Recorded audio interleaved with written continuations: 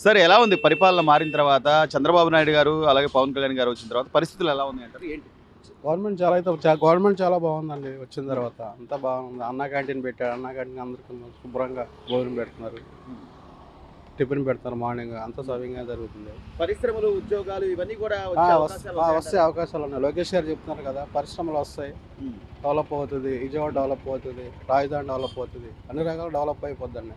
జగన్మోహన్ రెడ్డి గారు అసలు నాకు సన్మానం చేయాలి, మీరు అసలు నన్ను టార్గెట్ చేస్తున్నారేంటి, నేను ఇంత మంచి చేస్తే మీ అందరూ అసలు నాకు సన్మానం చేయాలి అంటున్నాడు. అవును సార్, ఆయన అంత ఇదిగా చేస్తాడు. 11 సీట్లు ఎందుకు వస్తాయి ఆయనకి? ఏం చేయలేదు కాబట్టి ఆయన కూర్చోబెట్టారు అంతే. సో ఇప్పుడు రోడ్ల పరిస్థితి కానీ అన్ని యుద్ధ ప్రాతిపదికన రోడ్లు వేస్తున్నారు, లేదా పెద్దవాళ్ళ పెన్షన్లు అని కానీ 3,000 నుంచి 4,000 చేయడం, వికలాంగులకు 3,000 నుంచి 6,000 చేయడం మంచిదేనంటారా సార్? ఇవన్నీ మంచిదే కదా సార్. మరి సంక్షేమ పథకాలు చేస్తారా, డెవలప్ చేస్తానంటున్నాడు చంద్రబాబు గారు. అనుభవం ఉంది కదా ఆయనకి, చేస్తాడని నమ్మకం ఉంది. గత 5 ఏళ్ల పరిస్థితి ఎలా ఉండేది సార్? 5 ఏళ్ల పరిస్థితి ఏమి సార్, ఒక రోడ్డు లేదు, ఏం లేదు, ఒక డెవలప్మెంట్ లేదు, ఏం జరగలేదు కదా. ఏదో బటన్ నొక్కాడు, డబ్బులు ఇచ్చా అనుకున్న తప్పితే అంతే, చేసింది డెవలప్మెంట్ అనేది ఏమి లేదు. అది అసలు ఇప్పుడు ఆయన మీద అన్ని ఆరోపణలు వస్తుంటే ఒక పక్క మొత్తం విదేశాల కోర్టులు కూడా జగన్మోహన్ రెడ్డి గారు 1750 కోట్లు ఏదో స్కామ్ చేశాడని చెప్తుంటే అసలు నేను చాలా మంచివాడిని అంటున్నాడు ఆయన.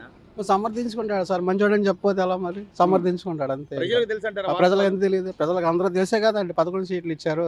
తెలవబట్టే 11 సీట్లు ఇచ్చారు. లేకుంటే 175 అన్నాడు, ఏమొచ్చినాయి? 11. ఆ 11 కూడా రాకూడదు కదా. అవి కూడా వచ్చాయి కాదు అంతే. మొత్తం మీద ఏమంటారు సార్? మొత్తం మీద పరిపాలన అప్పటికి ఇప్పటికి చాలా తేడా ఉంది సార్, చాలా తేడా కనిపిస్తుంది. అలాగే అమరావతి డెవలప్ అవుతుంటారా సార్? గ్యారెంటీ కదా సార్, ల్యాండ్ ఎక్విజిషన్ కూడా చేస్తున్నారు కదా, గ్యారెంటీ డెవలప్ అవుతుంది, అందులో అనుమానం లేదు సార్. మరి ఇప్పుడు మాట్లాడుతున్న అంబటి రాంబాబు గారు కానీ లేకపోతే రోజా గారు వీళ్ళందరికీ అసలు మాట్లాడే అర్హత లేదు వాళ్ళకి. ఏదో డబ్బా ఇస్తాక మళ్ళీ మాట్లాడాలి కదా, ప్రజల్లోకి రావాలి ఏదో రకంగా అని చెప్పేసి. నమ్మటం ఛాన్స్ లేదు సార్. వాళ్ళు చేసి ఉంటే నమ్ముతారు, ఏం చేయలేదు కదా, చేయకోకుండా ఏదో చేసామంటే ఎవరు నమ్ముతారు? అందరూ తెలిసిందే కదా, ప్రజలందరూ తెలుసు.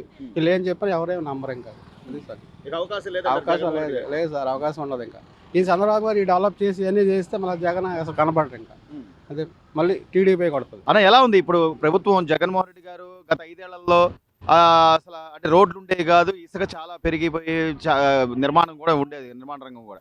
ఇప్పుడు ఎలా ఉంది పరిస్థితి? ఇప్పుడు పర్లేదు సార్, మొత్తం అంతా కంఫర్టబుల్గా ఉంది, బాగానే ఉంది. తర్వాత అన్నా క్యాంటీన్ పెట్టిన తర్వాత చాలా మంది బతుకుతుంటారు. ఇందులో జగన్మోహన్ రెడ్డి గారు ఆయన తీస్తారు, ఈయన పెట్టిన తర్వాత అనకూడదు. కానీ ఎంతమంది పొట్టలో లోటు లేకుండా కడుపు నిండా భోజనం చేస్తుండ్రు. పని లేనోడు, పని ఉన్నోళ్ళు అందరూ తింటారు. అసలు నాకు సన్మానం చేయాలి మీరందరూ, నేను ఎంతో మంచి పరిపాలన చేశారని జగన్మోహన్ రెడ్డి గారు చెబుతున్నారు. లేదు సార్, అడుక్కున్నామండి మేము అందరం. అడుక్కునే పరిస్థితి వచ్చింది సార్. అది మందికి అయితే 130 రూపాయలు చిల్లర కావాలన్నాడు. 2 సీసాలు లేదు, 1 సీసా ఇస్తా అన్నాడు. ఎన్నిసార్లు మేము పని కొంత మందికి 200 కట్టాం. ఆడు పడిపోయాలి మేము. ఎప్పుడైనా ఒక బోనం లేదు, రోడ్డు లేదు, ఏమీ లేదు. మంచి లేదు, పేదోళ్ళు ఉద్యోగాలు పనులు లేవండి. ఇప్పుడు పర్లేదు సార్. జోబులు 5 రూపాయలు సార్ చెప్తే సపోజ్ కడుపులో తింటాను, వెళ్తాను, ఇంటికి వెళ్ళి పడుకుంటున్నాం. అప్పుడు 50 రూపాయలు కావాలి సార్ టిఫిన్కి. ఇప్పుడు అలాంటి పరిస్థితి లేదు సార్. మాకు 5 రూపాయలు అన్నం పెడుతున్నారు సార్. అరే మంది 130 రూపాయలు చిల్లర కావాలని అంటాడు. ఎన్ని బాధలు పెట్టాడు తెలుసా? సో ఇప్పుడు 130 రూపాయలు బాగుంది. తగ్గిస్తామని చెప్పి అంటున్నారు. తగ్గిస్తే మంచిదే అంటారా? మంచిది సార్. మ్యాన్షన్ హౌస్ కానివ్వండి ఇప్పటికే తగ్గించారని చెప్పి అంటున్నారు. తగ్గించారు కానీ తగ్గించిన 99 మంది బాగాలేదు సార్. 130 రూపాయల మంది పర్లేదు. ఆకలి, దానికి ఆకలి వేస్తుంది, దీనికి ఆకలి వేయట్లేదు. ఎందుకు చెప్పేముంది? గతంలో మంది ఎలా ఉండేదండి? గతంలో మంది ఇరిగిపోయిందండి, అంటే అరగంటలో ఇరిగిపోయిందండి. మంది చాలా ఇబ్బంది పెట్టాడు సార్ మమ్మల్ని. అన్న ఎలా ఉంది పరిపాలన? ఎలా ఉంది, మీ అభిప్రాయం ఏంటి? కొత్త ప్రభుత్వం వచ్చిన తర్వాత ఎలా ఉంది పరిపాలన? ఓకే, ఆయన చేస్తున్నాడు. ఇప్పుడు గ్యాసులు గీసులు, తర్వాత ఇంటి పథకాలు అన్నీ చేస్తున్నారు. Okay, no problem. గతంలో అమరావతి రాజధాని కాదు 3 రాజధానులు అంటం వల్ల ఎక్కడ పనులు లేవన్నా. ఈరోజు అమరావతి రాజధాని అని చెప్పి అక్కడ మొత్తం అన్ని మళ్ళీ నిర్మాణాలు జరుగుతున్నాయి. ఇంకా ముందు పనులు ఉంటాయి అనుకుంటున్నారా? హైకోర్టులోనే బోల్డ్ అని పెండింగ్లు ఉండిపోయినాయి. ఆ ప్రజెంట్ ఏరియాలోనే, అమరావతి ప్రజెంట్ ఏరియాలోనే ఈయన స్టార్ట్ చేసిన ప్రాజెక్టులే ఎన్నో పెండింగ్లో ఉండిపోయినాయి. జగన్మోహన్ రెడ్డి గారు వచ్చి క్లియర్ చేసాడు ఏమన్నా?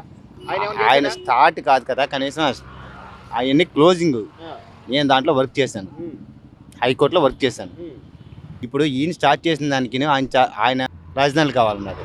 3 రాజధానులు. ఎక్కడ వస్తాయండి? ఇప్పుడు నేను ఎంతో మంచి చేశాను, నాకు సన్మానం చేయాలంటున్నాడు కదా జగన్మోహన్ రెడ్డి గారు. దేనికి?